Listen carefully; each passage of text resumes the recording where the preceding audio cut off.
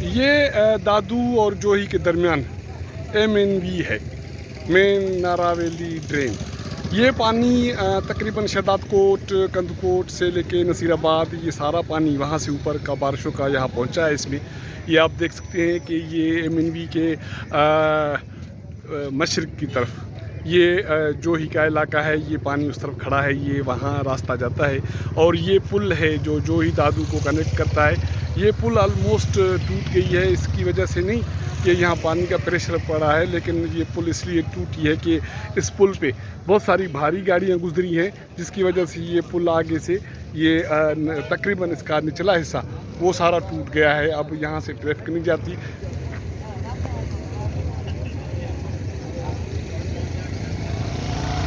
Traffic تو ویسے بھی نہیں جاتی، کیونکہ اس سے اوپر مشرق کی طرف یہ پانی ہے MNV کا، اور یہ اسی وجہ سے اب یہ پانی نیچے جا رہا ہے۔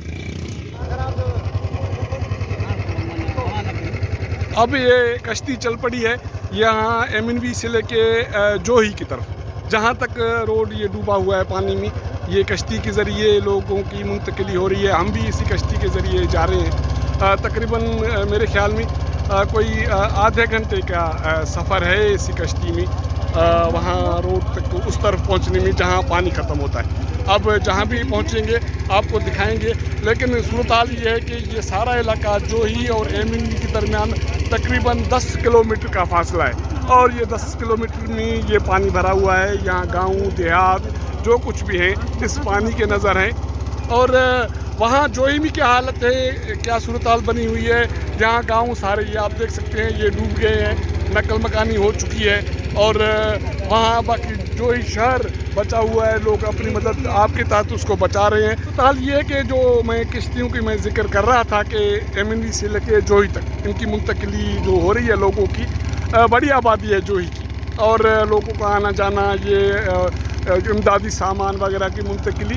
ابھی کوئی دوست یہاں کشتی میں بیٹھ کے بتا رہا ہے، لوکل دوست ہے، وہ کہہ رہا ہے کہ یہ کشتیاں ساری پرائیویٹ ہیں، کوئی بھی سرکاری کشتی نہیں ہے، کیونکہ ایک لوگ تو ڈوبے ہوئے ہیں، پریشان ہیں، مالی طور پر بدحال ہیں، ان کے گھر ڈوب گئے ہیں، لیکن اس کے باوجود سرکار کے پاس کوئی وسیلہ نہیں ہے کہ کم سے کم فری میں کشتیاں فراہم کریں، تاکہ لوگوں پہ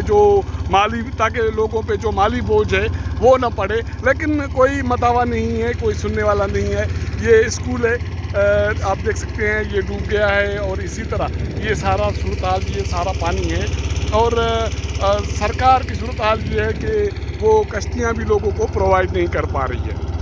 اب کشتی کے بعد دوسرا مرحلہ اس رکشا کا ہے، کیونکہ یہ روڈ ڈوبا ہوا ہے، تقریباً اس میں 1.5 فٹ تک پانی ہے۔ جب تک روڈ کلیئر ہوگا تب تک رکشائیں جائیں گی، اور میرے خیال میں 50 روپے فی پرسن یہ رکشا والے لے رہے ہیں۔ اور جو چیز ہم کہنا چاہتے ہیں، اور جو چیز ہم کہنا چاہتے ہیں وہ یہ ہے کہ کہیں بھی ریاست اور صوبائی حکومت نہیں دکھائی دے رہی۔ یہ بڑی بدقسمتی کی بات ہے کہ ان متاثر لوگوں کے لیے کوئی مداوا کرنے والا نہیں۔